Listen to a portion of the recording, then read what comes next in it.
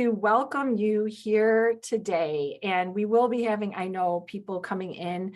I'm sure, as Kathy Scala was just mentioning, a lot of times people are in back-to-backs. And so that's totally understandable. But I always want to be respectful of our speakers' time as well. So I am thrilled to welcome you all here today. My name is Natalie Benamu. I think I know most of you, but for anyone that doesn't know me, I'm the founder of HerCsuite. And it is such a thrill to be here with Wema Hoover and Kathy Scala, our two featured speakers and facilitators. I know you're going to get so much out of this conversation.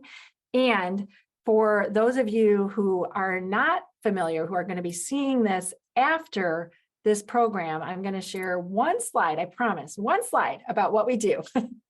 So HerCsuite is really started with the result being the result of the 5 people we surround ourselves with. We started with a small cohort of 2 groups of 11 women, and now we've grown into a company. And we're designed to help companies and individuals gain a competitive advantage in retaining top talent. And DEI is at the hub of that. It is so important. And we do that through turnkey speaker events, which is the format we're showing you today, a high-level speaker, facilitated conversations, and if you were a company, we will be giving you a summary at the end. We have leadership development programs, mentorship, as well as executive leadership, and today our DEI Council. And that came about by listening to our members, and one of our members is in DEI, and she said, I feel really alone in my role. And so we created this council to bring people together to share ideas and gain perspectives. It's so important. So with that, we're going to get started with our program because we have a full, amazing time today. So I'd love to introduce to you our featured speaker today. And I am so thrilled to welcome Wema Hoover today. She and I met through a mutual friend, Nicolette Sherman. So I'm going to give a shout out in case she sees this, if she's not here with us right now. But I have to give a shout out to Nicolette for introducing us. And it's all about the power of our network and how amazing it is when you connect with wonderful people. And so I'm going to do a brief introduction for Wema so you know a little bit about her. It's quite impressive. And I know we're going to talk about her background in a minute, but she's a global executive and transformational leader of diversity, equity, inclusion, and human resources, and principal and CEO at Wema Hoover Advisors. She's an executive coaching, it's an executive coaching firm, and Be Limitless Consulting, which I love the name, by the way, it's such a great name, and DEI and Culture firm.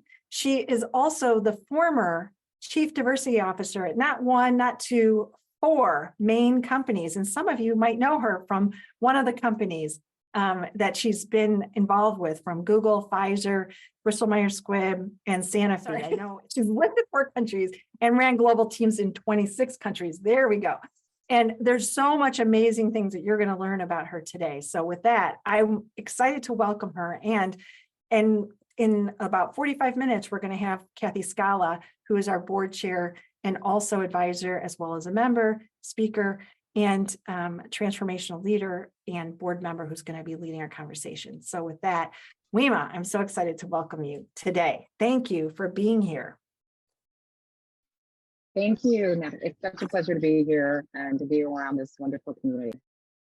And, you know, I had the chance to talk with you a little bit beforehand, and it was wonderful to hear you were just coming from a meeting, a board meeting, and you shared a little bit with me. But for our members who are here today and for our new friends that are here with us today, I would love for you to share a little bit. I mentioned some of the arc of your career, but it's been amazing. And I'd love for you to share a little bit about that and how you navigated your career across cultures and using your experience to make an impact. Thank you, Natalie. And, you know, I've been so committed to making sure that I give back and really talk to women around really creating their own paths. And that is what I have been able to fortunately do. And I think most of the reason I've been able to do that is because I actually have been a case study for my own work. So my work, you know, my experiences in diversity, equity, inclusion, corporate social responsibility, and culture. And so I've already put myself in positions where I've been able to not only lead, but learn. And by learning, it has made me a stronger practitioner and also has given me the proof points and evidence that I can then actually share and put into programmatic approaches to help the employees, to help create inclusive work environments, and help strengthen our leaders' ability to connect across culture, to have agility, and just really be able to allow for all differences to flourish and thrive in organizations.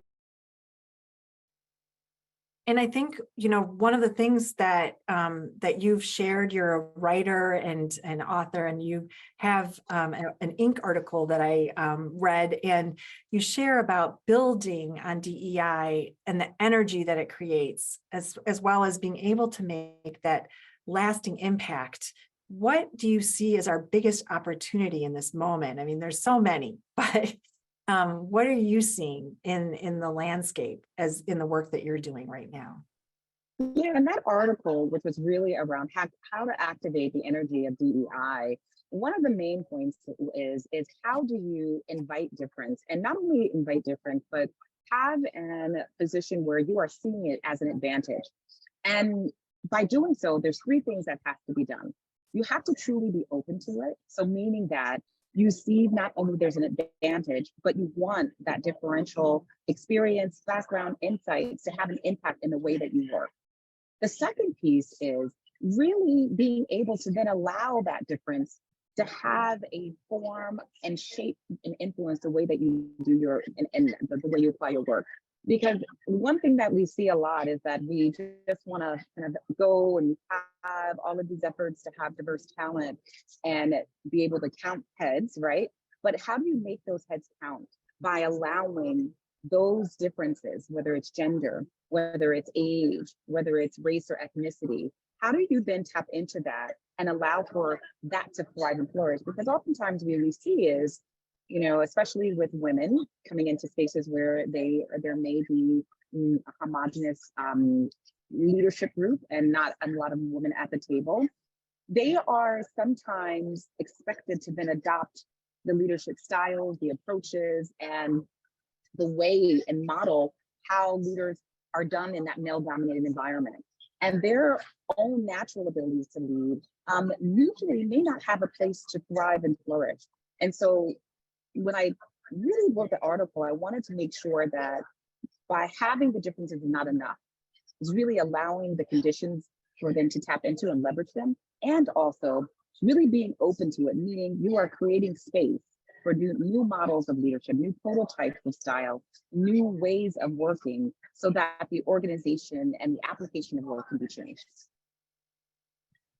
And I think that's one of the hardest things, right, is that sustainability piece. And I think, we hear so often, whether it's in DEI or serving on boards or whatever the area is, organizations may tend to check off one box, right, and think that they've accomplished what they needed to do. And so as an executive leader at some of the largest organizations, what did you see, and what do you see for talent development in terms of ensuring, and you were just talking a little bit about that, but I think people are struggling a little bit with understanding that it's not just one thing, it's like the entire thing. Like you can't just have one thing and be like, oh, we're good. It's the whole ecosystem of what you're doing. So what are your thoughts on that?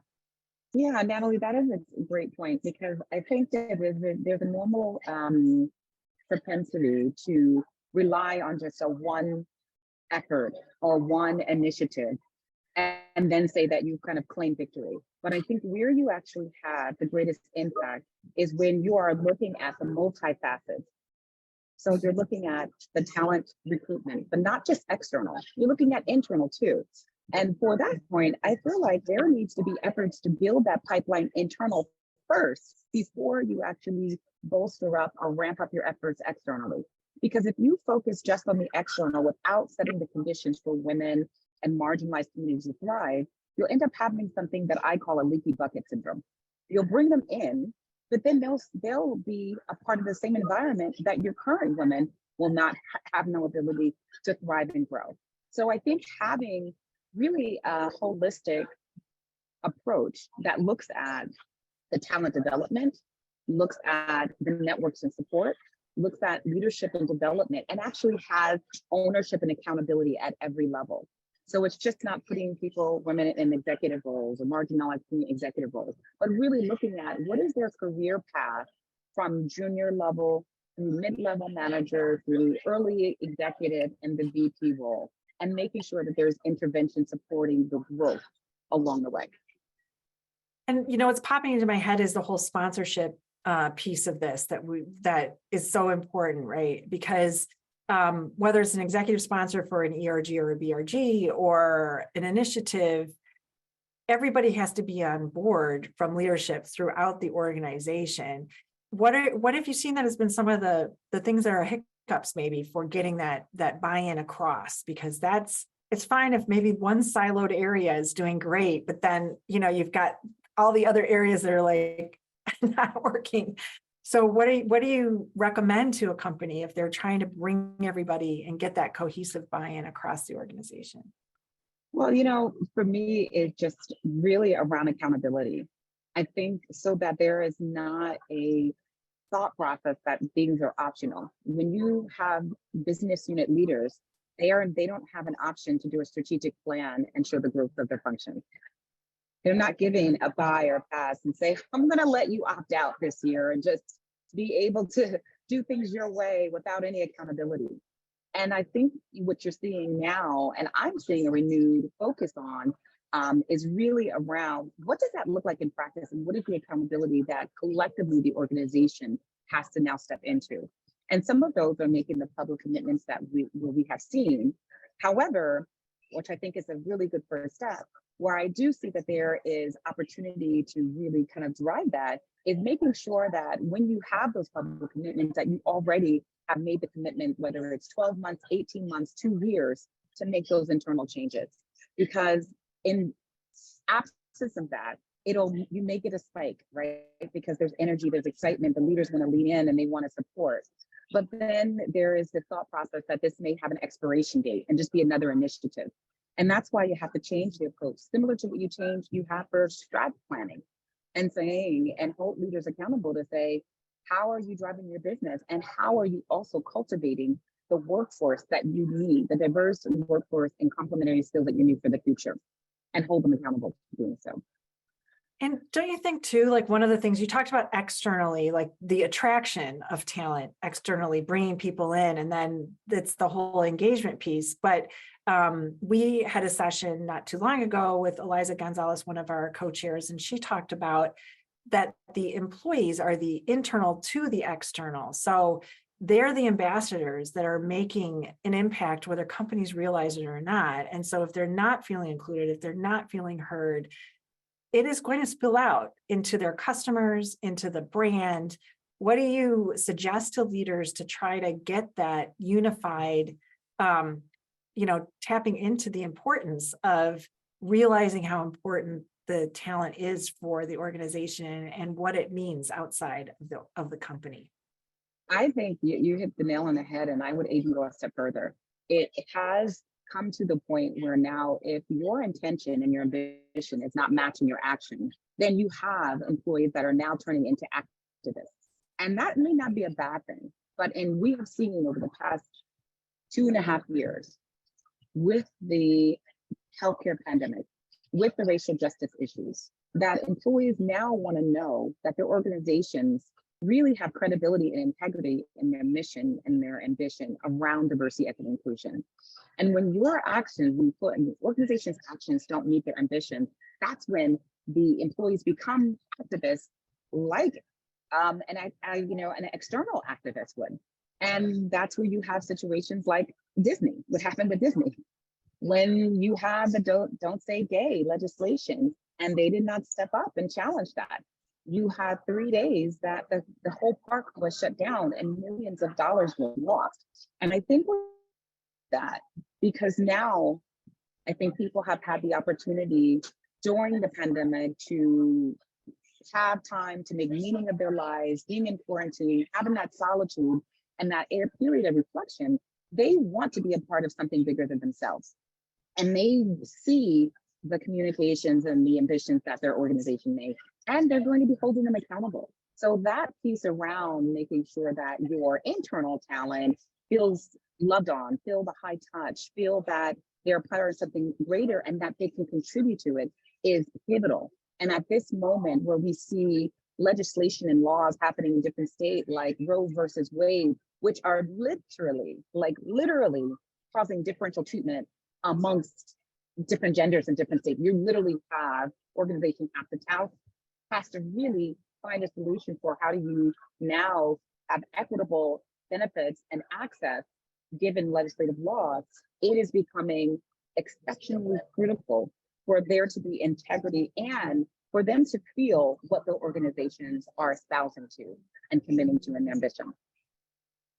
And one of the things that we hear about, and what I think kind of building on what you're saying, is being kind of upfront with the employees about what you stand for, and really being transparent. Whether in New York, I know you're in New York City today, but so I'm going to mention New York with the law that was, kind of interesting interpretation of way some companies are interpreting the law, but transparency around what people are getting paid.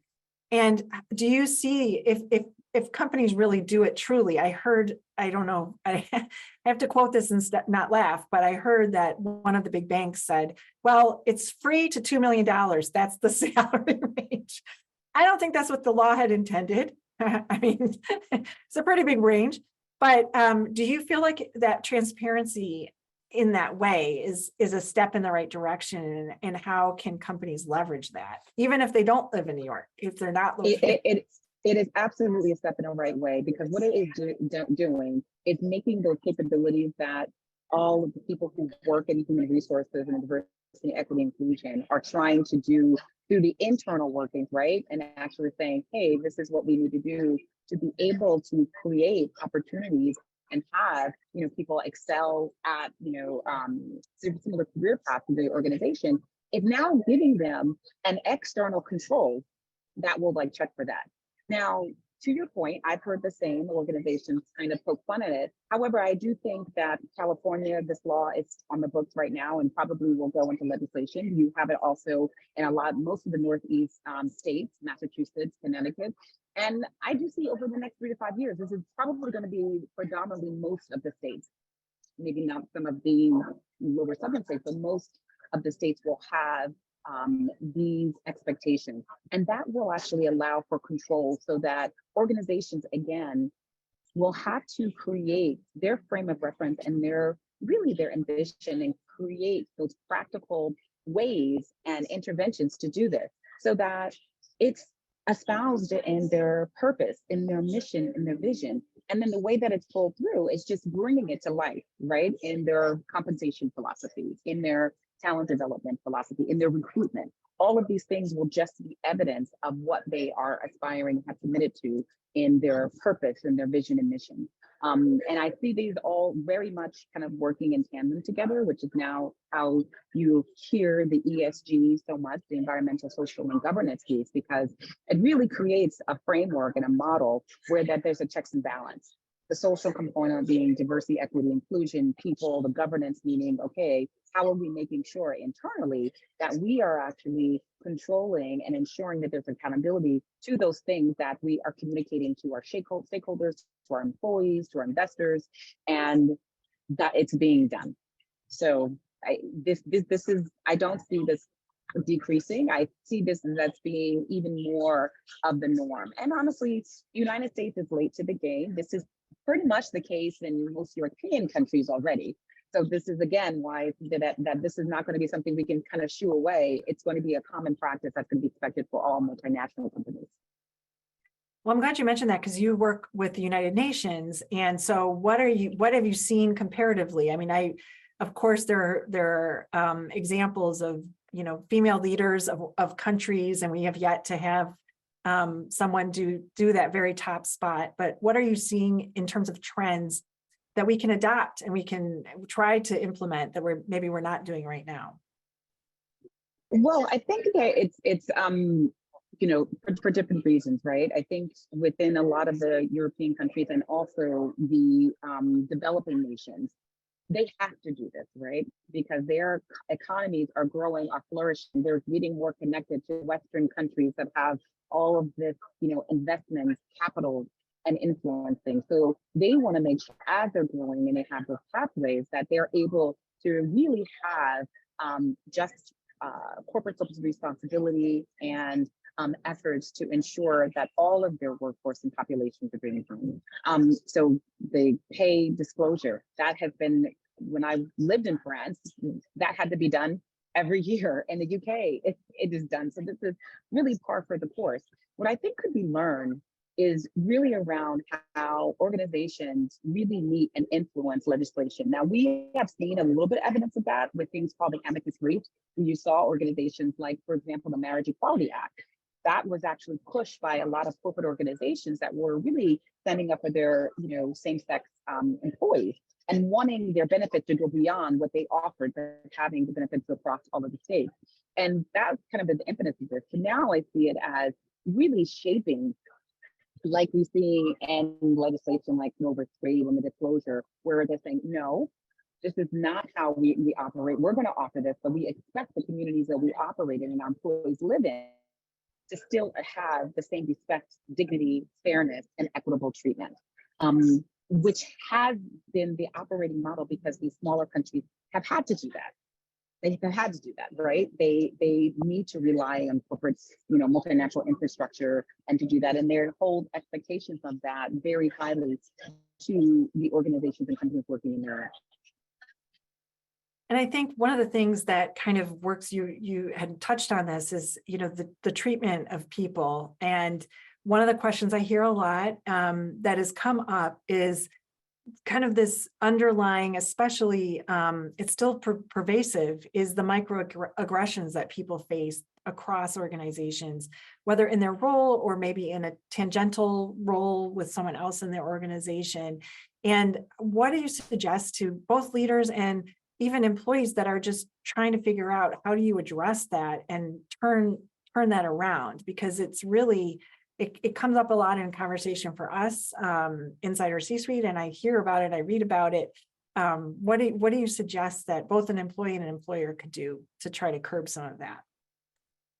I think and microaggressions and the micro inequities, which are not like the intentional things, I think one thing of the simplest nature is to invite employees to be able to talk about them, to call it out and name it when it's happening. And when you're naming it, make sure that you create a safe environment that those employees that are affected by it, they don't feel that they will be penalized or they will have, deferential treatment because they're sharing it.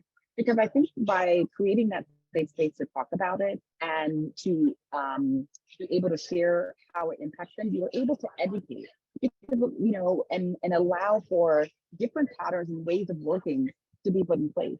What I have experienced and a lot of the things that we've done in the work that I have been training of this is that a lot of times these things are done so normally because of culture that they're literally being repeated because it's something that has been pervasive and they have heard over and over again, and no one has been brave enough or courageous enough to speak up and say, hey, this makes me feel like I can't show up and bring my authentic self. This makes me feel like I have to like minimize or hide a part of myself. And thereby I feel like I can't contribute fully. And when you're able to really create that safe space and say, how does this make you feel? You create new working norms and operating norms. And you allow for individuals and everyone to now be educated and actually do better.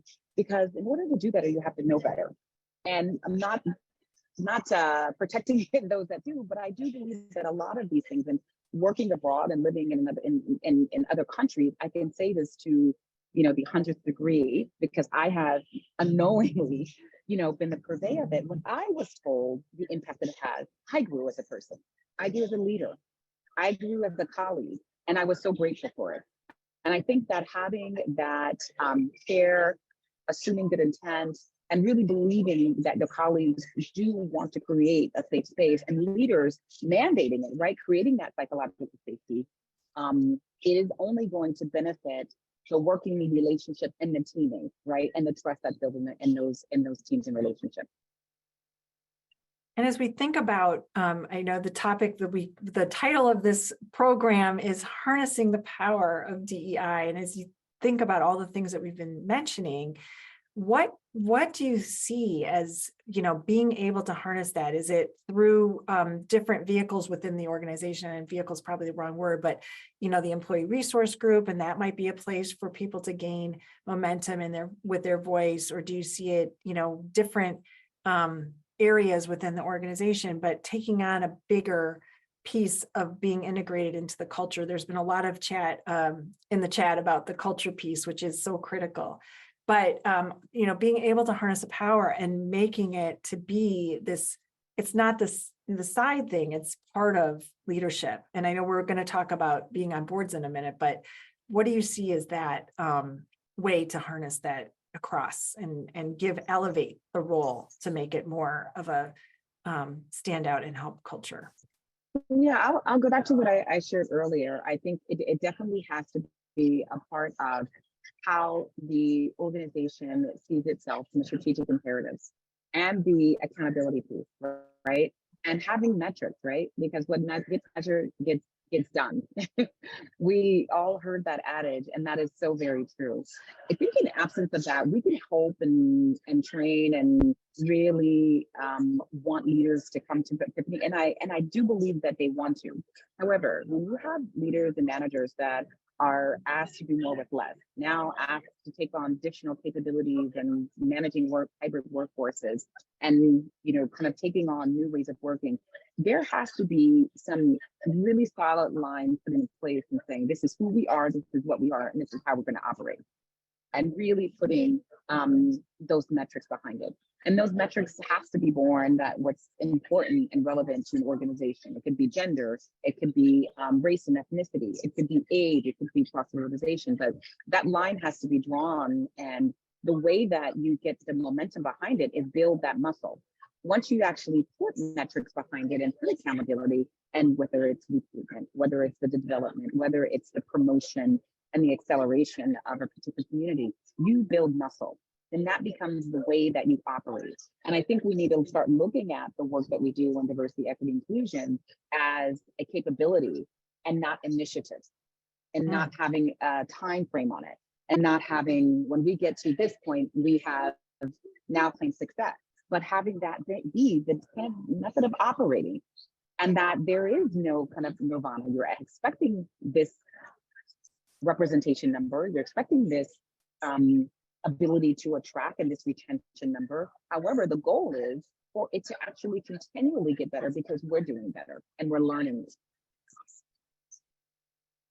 So one of the areas that really obviously has a lot of influence over what a company is doing is in the C-suite, and including DEI into the C-suite, and then also on the board. And it's more than just checking off the numbers that we've been talking about, but inviting voices into the C-suite. What would you suggest to a leader that is interested in getting more exposure up to the C-suite and having their voice heard in that area? Because a lot of times there may be a threshold, depending on the size of the organization, that they can't get through to have that visibility.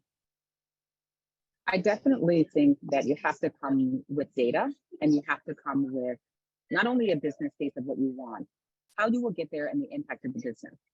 Because what we do, it is feel good, it is the right thing, it is altruistic. However, it makes business sense. It drives business. Our world is more connected. And even we have seen that through the pandemic, where now people are working virtually. Now the number of virtual employees that are outside countries, I was read an article, has increased like almost 10%, over 10%, the international working across borders because of this. And so I think if you want to have a presence, you have to really focus on what is this core and central to your business, and that is really integral to its growth from diversity, equity, inclusion. Get the data behind it. Come with, a set of solutions, and then talk about the road, the path to get there in very, very specific and tangible ways. I think a lot of times, and this is, quite frankly, I've been working in diversity inclusion space for many years, right? So it's been over 20 years. I think at the beginning, we really were a part of the social responsibility, and it was the right thing, and we needed to make sure we did it. And now we are actually seeing, with the connectivity and the need for women in the workplace to thrive, to succeed. Our economies, the differences with the diversity within our educational systems, that we have to pull these through in our workforces, that it's now becoming necessities. And I think having that ability to be very focused on what is it that's central to your business and critical to your business, making it a part of that strategic approach, and having the data and market solutions to drive it and show impact. So that, I think, would be the best piece of information to make it relevant, and not to try to boil the ocean and accomplish everything, because we have to see this as incremental and evolving. And again, I go back to evolving so that you can build the capability in muscle. Because once you have been able to set the skill, set the capability, then you can use that muscle in other areas to affect change and really build solutions to address other areas of diversity and inclusion and equity that need focus. Well, I have one last question before we turn it over to questions in our audience, which is your experience being on boards. And we talked about this a little bit, but what are you seeing beyond the check mark of the one person? We've been talking about that a lot today, but what are you seeing trends as boards are looking at holding the company accountable, or also for boards themselves? I just read something today about like not automatically signing up a board director if they're not qualified and things like that. So what are you seeing as a board director, and how does that infuse across leadership through company and their culture? Well, I can say, from my experience, what I've seen is that now boards are looking to learn from other industries and other markets, and looking for the future. I think that now there is absolutely a lot more effort to diversify the representation, so that these instances of the social justice and the social climate that we have, there is more tacit knowledge that is really taking the organizations and really bringing light to this before there's these, catastrophic things that are affecting the business, so that there can be, moderated and continual learning and understanding across how it impacts all of the areas. How does it impact workforce, accessing workforce? How does it impact, labor, wages in particular areas? How does it impact the representation and getting more diverse talent?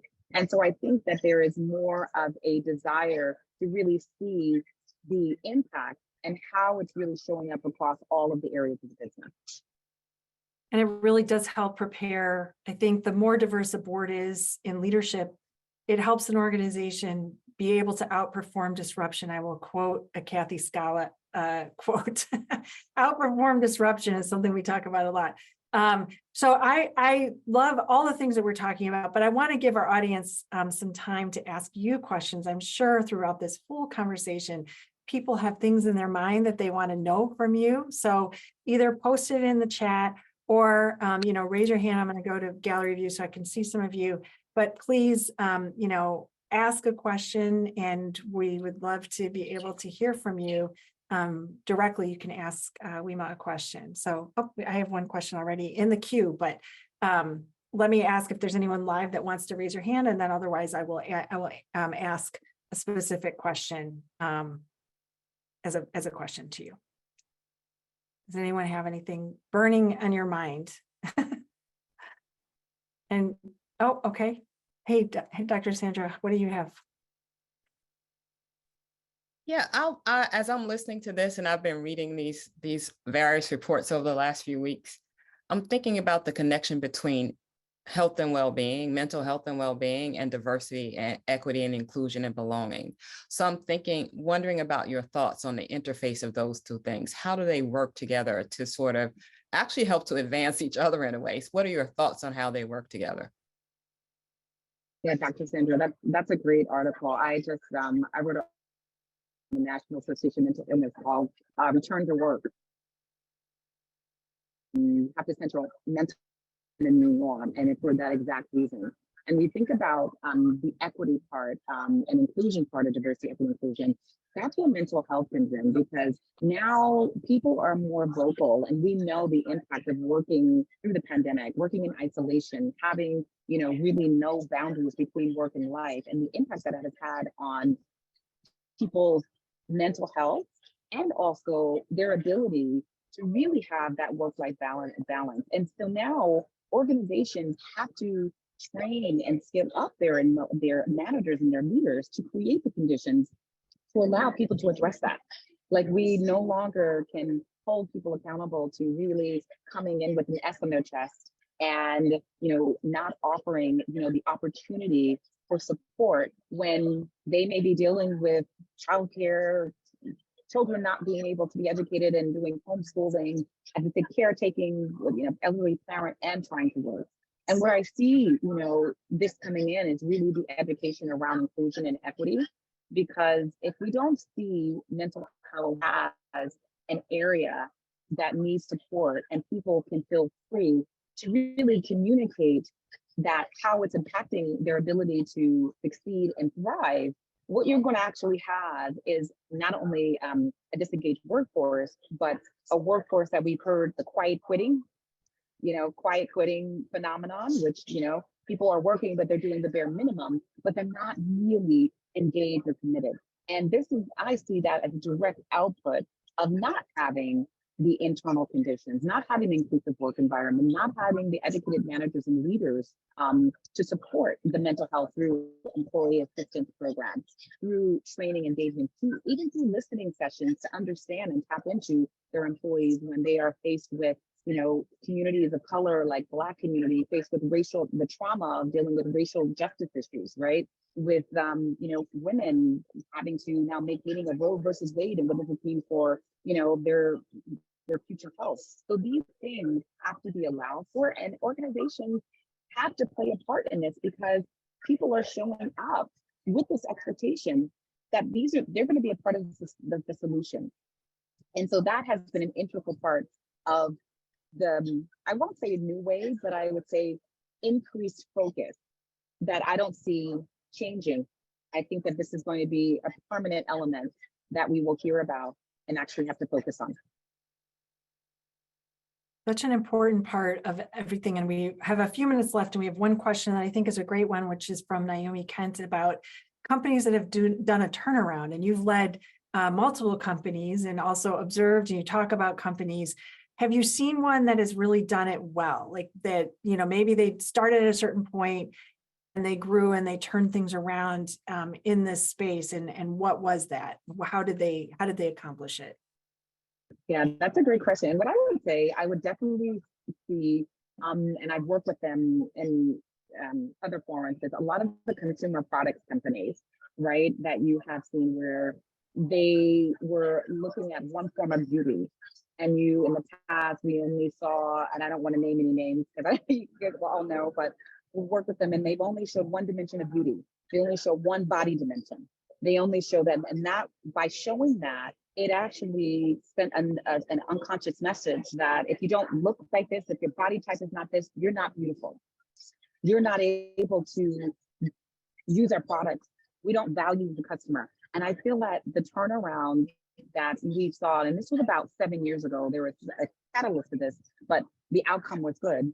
When we actually saw a reinvention that said, you know what, beauty is what we believe we are. No longer is there going to be a model of that. And I think that that's where we actually see a success in the learning that other organizations can use. Redefining what a prototype of a leader is. Being open to different leadership and management styles, just like the consumer products redefined what beauty was and made their internal strategy, marketing approaches, products serve the vast majority of dimensions, body shape, colors, shades. And again, I think that this is a lesson that could be applied across any industry, really redefining and actually holding ourselves accountable for really looking at how are we representing our employees and allowing them to flourish. And also, how are we addressing our clients, our customers, and making sure that they are represented in how we do and what we do. when you were talking, a couple of people are posting in the chat about insurance making changes about, different types of families and being more visible. And the thing that, and I remember one of my favorite, and I used to, show this video, the Dove, which door do you choose? Dove had 2 doors. Do you choose beautiful or do you choose average? And then they interviewed the women, like after they went through which door and why they picked the door. And it was just like, so I mean, there's so many great Dove things. So I highly recommend if you haven't seen the Dove stuff. And that was about 7 years ago. So there's so many things. We have one more, I think we probably have time for one more question. And let's see, John has a question about wondering if you recommend case studies or statistics on DEI leaders and well-being. Example would be addressing self-care plans for burnout. As we know, this work can often be isolating, lonely, and demeaning, especially without well-being. And so building on some of the topics, is there any resources that you would like to recommend in case studies around some of the things that we've been talking about, other than you've written a lot too. So I will have some links that I'll send out with your information, but have you seen anything that you can recommend? And I want to make sure resources with regard to what specifically? Okay, so Jen, do you want to, I don't know if you want to, I'm reading the thing very poorly. Oh, I'm sorry, you're reading. Okay. No, I'm trying to read the chat. Okay. But sorry, Natalie, I can jump in. I'm sorry. I just don't feel like I'm totally professionally attired today, but I'm letting that go in this moment. So my question is really just about DEI leaders and their well-being, because I find that oftentimes those things do not get cared for in the system and in the structures. And so I'd love for you to just expand based upon your own wisdom, knowledge. And I know you do have a ton of resources, so thank you for all of your work. I just was curious if you had like recommended statistics, because I heard you say it's necessary to really build a case and come with the data. So I'd love to hear the data that you recommend people utilize. Yeah, thank you, Jen, for that question, because that is absolutely a phenomenon that we see, that DEI practitioners are really the shoemaker's children, right? They're the ones bearing it all. The organizations place them as miracle workers and really kind of bear the public scrutiny, the private scrutiny, and the first to go. So I definitely think that is something that's important. And now we have these little communities and forums that, if you are a practitioner, you're invited to, and a lot of them are regional. So for example, I'm still a part of the European Diversity Council that I stay connected to, that I was there. I'm a part of the one in India that I'm in to make me still relevant. But I think the most important thing is really around how you are able to communicate what the role is. And I think seasoned DEI professions will do that, and making sure that they are facilitator. They are the conduit. They are not the magic workers. It has to be something that is committed to. And quite frankly, the reality is you're only able to show progress in the system that you're operating in. So some of the resources that I would say, of course, is through, SHRM. SHRM has a wonderful diversity council. You also have a great diversity network through the corporate board. The corporate executive board has a great diversity roundtable and council. And then what I do, across my colleagues and my, previous organizations, we have our small networks that we just stay connected, because this is not a competition. If one wins, we all win, because we're dealing with different cultures, different leadership styles, different CEOs, different, board expectations. So it's not like you're, dealing with IP work. So I get, broadly often, and I would be happy to share with this community. Others, I tapped into for resources, and you find that this community is one that is giving, supportive, because at the end of the day, when you come into this work, it has to be your heart's passion, because it's not an easy job, and especially today, it's a lot, navigating through a lot, and also being able to, have honest conversations that you have to have high trust and really be able to navigate executive conversation, organizational dynamics, politics, and be very secure in order to do so. So thank you for the question, because so very true. Oh, well, I am so grateful, Wema, for you to be here with us today. part of our inspiration for being here as a group is exactly what you said, Jen, which is being able to share authentically across organizations. So Wema is going to be leaving us, but we're so grateful for you to be with us today. It's been amazing. We learned so much, and we will have this recording, so I will be sending it out. But thank you, Wema, for being here with us, and we're going to continue. Thank you so much, Natalie. Yes, so thank you for being here, and I'm just grateful. Thank you. I we wish got you all the best. It's been a pleasure. Thank you so Absolutely. much. Take care. We're going to, thank you. We're going to continue this conversation now with Kathy Scala, who is going to lead the discussion with all of you. And as I mentioned, this is really the inspiration behind our DEI Council, was the isolation that people feel and making it so you're not alone. So I'm going to turn it over to Kathy, who's been doing a tremendous job of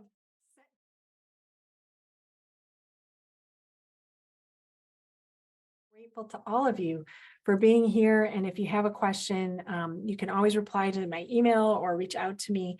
I'd love to hear from you, hear what sparked interest and how we can be of service to you. So thank you for everyone being with us today and for the opportunity to see you. Thank you for being here.